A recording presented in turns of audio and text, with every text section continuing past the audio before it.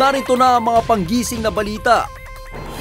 Planong rehabilitasyon ng EDSA ngayong Mayo. Pinagpaliban na muna ni Pinoy. Pangulong Aquino, gusto pa raw pag-aralan na maigi ang plano.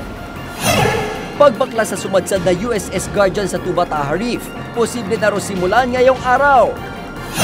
Isang babae sa Taguig na may diferensya raw sa pag-iisip. Hinostage ang sariling biyenan nang malamang dadalhin daw siya sa mental hospital.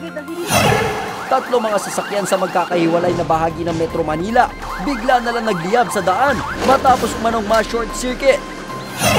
At Jolo Revilla at Jody Santa Maria, open na sa publiko sa kanilang relasyon. Mga magulang ni Jolo, suportado raw ang dalawa. Mahirap hadlangan ng pag-ibig eh.